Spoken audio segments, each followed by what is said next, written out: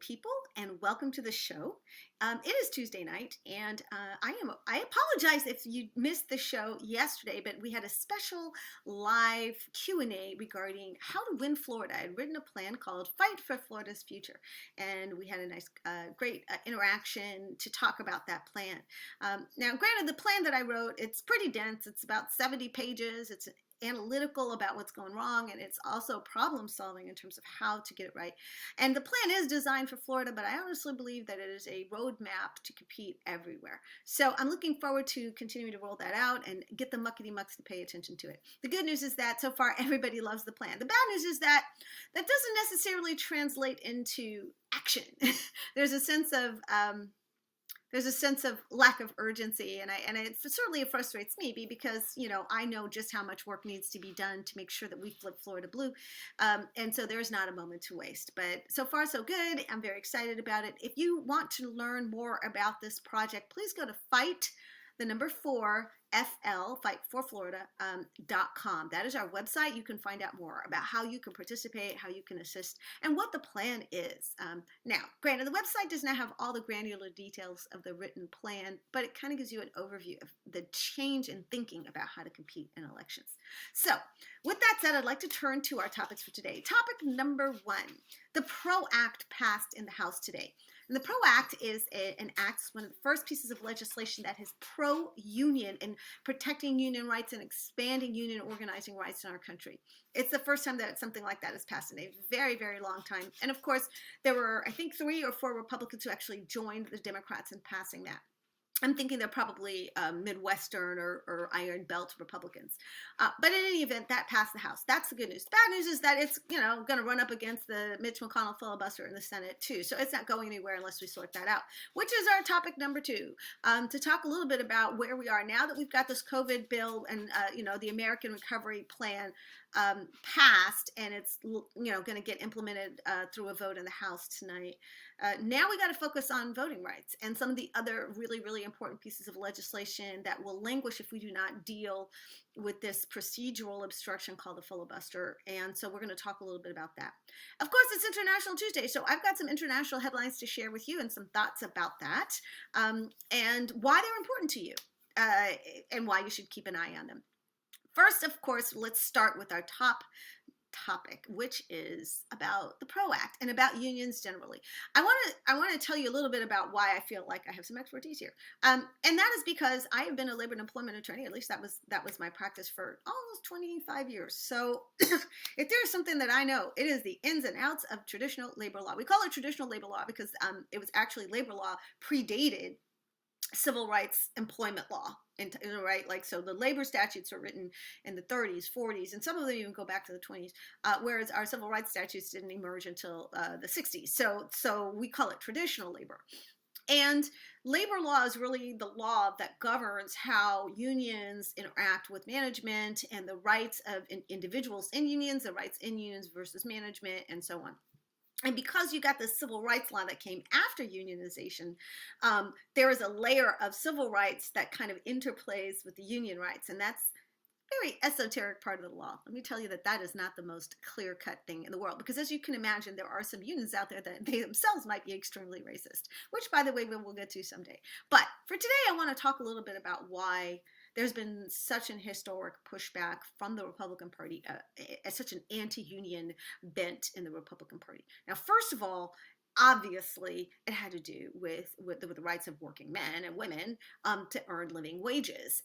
What happened originally was that you were going to get paid basically slave wages, and unions began to form around the idea that the collective of the employees could stand together and demand better working conditions. Now this history. This started out in the mines and construction and all these other enterprises long, long ago, and it had a pretty bloody on-ramp, if you can recall it, a lot of violence that took place to try to get us collective bargaining rights. But nowadays, the reason unions matter is that they don't just improve conditions for union workers. Where there are a lot of unions or strong unions, the conditions for all workers in those industries improve because non-union employers have to compete with the working conditions and the wages of union employers, which means that to keep talent, you got to pay them the same wage. You got to give them the same kind of benefits. And so what happens is that in areas where you have strong unions, all of those industries get better pay and better benefits because, a non-union employer may have the advantage in terms of cost of work, but then they have the disadvantage of the inability to retain talent. And in these union jobs, a lot of union jobs are considered skilled labor.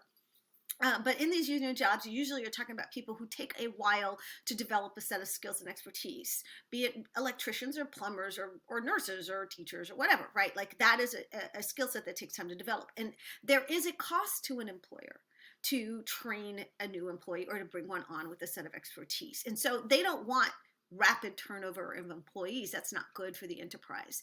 That is why union penetration in an area lifts everybody.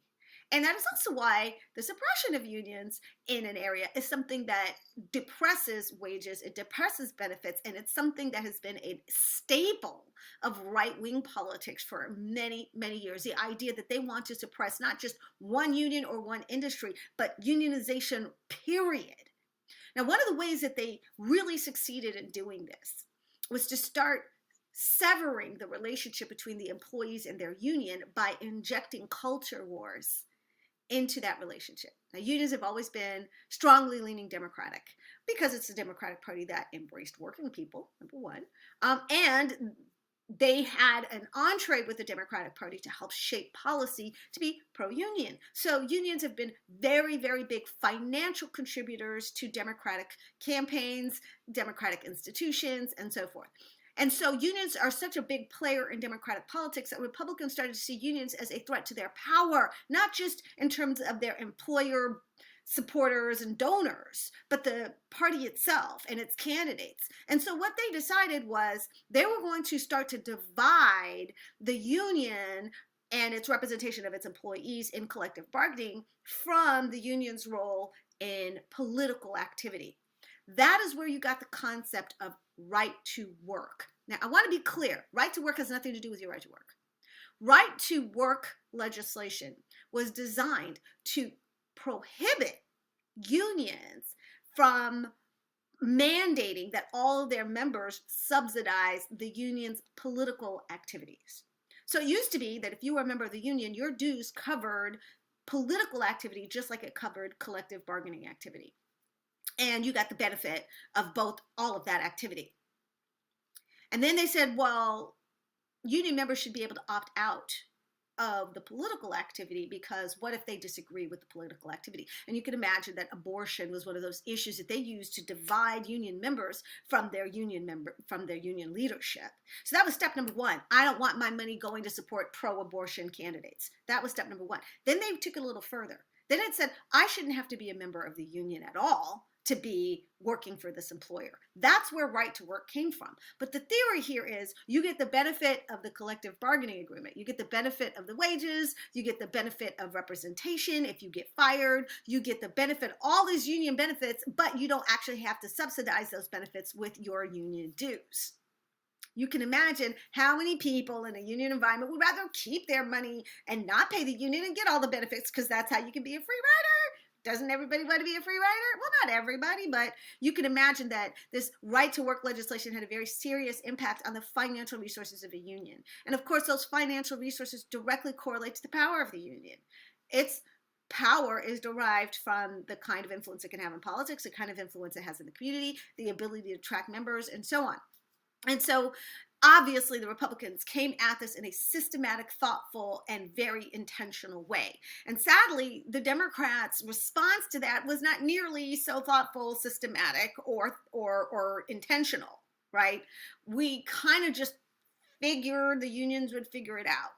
And there was, sadly, a disconnect historically that occurred where a lot of the Democratic Party leadership started to come from the Bain Capitals and the Wall Streets and the Goldman Sachs and the McKinseys. And these were people who had Ivy League degrees, who were Democrats, more socially than fiscally, to be honest with you, but who had no personal connection to union life at all. And when they got into leadership roles, especially when they got into leadership roles in the party, they did not prioritize protecting unionization as a key component to the foundation of the Democratic Party. So they allowed that particular pillar to atrophy.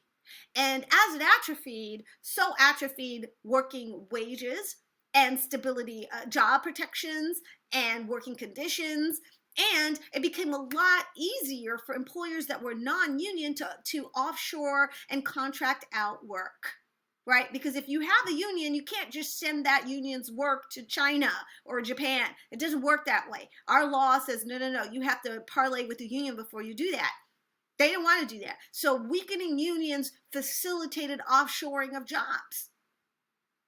And so we're at the height of union penetration in the private sector, and like in the IBMs and Chevrons and all of that, at the height, that was about 22% of all employers are unionized. Now it's like under, I think, 8 or 9%. It might be even 7%. That is how dramatic a drop in union representation there is in this country. And that does not happen by accident.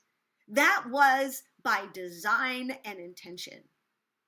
And that has been going on for years. It has been going one way for years. The election of Joe Biden as president of the United States marks the first time that we have had a president. Even Obama was not like super union guy. He wasn't against unions, but he was not Mr. Union guy.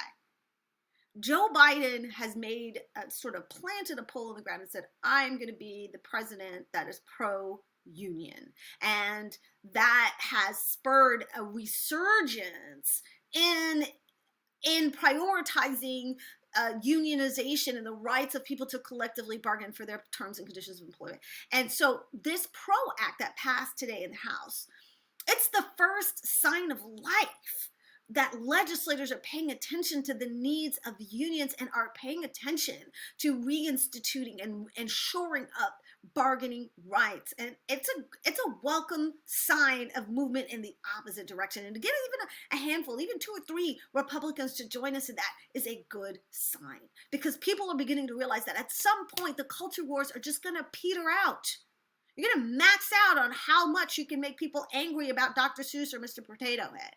And they really are going to start to ask questions about why it is that my wages are stagnating and my benefits are not growing, and I'm getting laid off and I'm getting furloughed and my seniority isn't catching up. Like, they're going to start to ask questions about that. And I'm so grateful that today the Democratic Party can say, hey, look at what we did. Look at what we wrote and look at what we did, and we showed up for you. And that is sign number 1. Now, is it across the table? No, it is not. But it's a great first step, and I want you to be cognizant that the Democratic Party is starting to reclaim its roots as being the party of the working person. And I want to make clear that when Democrats say the working people, we mean the janitors and the food workers and the healthcare workers and the home health workers and the teachers' aides. That's who we're talking about. When Republicans say working class, they only mean white, male, skilled labor in like mining and construction and like police officers. That's it. To them, that is because women are not working class, and black people are definitely not working class, and Latino and immigrant people are not working class in the Republican. Only working class is white, male, blue-collar people. That's it. So that's the difference between us. But this new legislation is a sign of life, and you need to be aware of it, and you need to be paying attention to it, because it could make a difference, not just in your job. Even if you're in a non-union job, it could make a difference in your compensation, because the jobs around you will have compensation that goes up. I hope that was clear to you, and I hope with every fiber of my being that we are able to move that filibuster out of the way so we can actually pass this legislation in the Senate. And you know who would benefit from that? A guy named Joe Manchin from West Virginia, a state that had a whole lot of unionized jobs in construction and mining. Just saying. If you like what you just heard, you can find out so much more and hear so much more on my Patreon channel, patreon.com/Pam Keith FL. That's where you hear the rest of this discussion, and there's lots more to share.